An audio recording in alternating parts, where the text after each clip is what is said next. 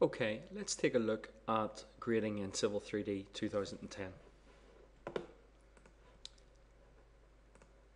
I'm going to go to my grading creation tools and I'm going to set my grading group for the site that I'm actually using. And I'm going to do this by a surface at a 1:3 slope. I have my existing surface here, but I have an AutoCAD polyline that I've changed to an elevation of 119 meters. So I'm using my AutoCAD commands in conjunction with my Civil 3D. I'm going to create a grading on the line to the back based on a cut and fill of 1:3, and it will be calculated. Then I'm going to add an infill to close the interior of the site off. One of the issues here is, if I looked at my grading volume tools, you can see that it's a net fill of 1286 cubic meters, but I might want to zero balance that using the existing criteria. So based on the 1:3 slopes, I'm going to try and get that down to a net fill of 0, and it's worked out down to 6.2 cubic meters, which is really good.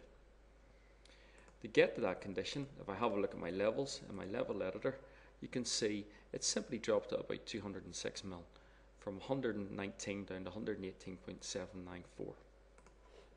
As ever, it is part of a dynamic model, so if I select one of the feature lines and stretch or change or break, the model will be updating in the background.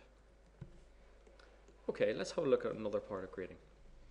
I have an existing site here and I have a retention pond that I want to create.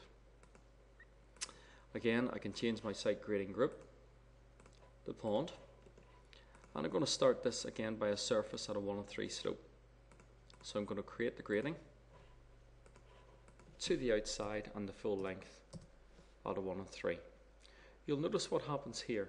The actual grading interacts with the adjacent site. So Civil 3D has the intelligence to interact with corridor models on other surfaces as well. Taking this further, I'm going to grade this relative level at distance. I'm going to start my grade on my side, apply it the entire length, and I'm going to select my perpendicular for my distance. I want this to be flat, so I'm going to grade it across at 0. Again, I'm going to apply the same condition across the distance, but this is the main part of our retention pond and it's going down 3 meters, so the sides will be sloped. I'm going to create an infill at this point, and I've created my retention pond. Again, I can take a quick look at this very easily in my object viewer. And finally, a couple of points.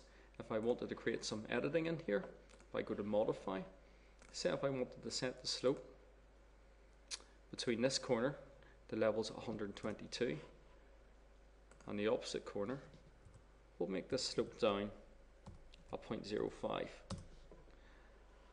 Civil 3D will automatically add in the flow arrows and change the contour. So again, it's all part of the dynamic model.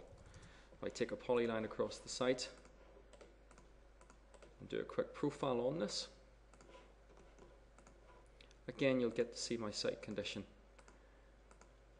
So it's all part of one dynamic model. If I wanted to visualize the slope information, I could look at my surface properties. I've got my minimum and maximum level set up, again, which I can change. And to simply view that, I'll edit this in my surface style and add in my levels. So you can see the cutoff between my 122 meters high.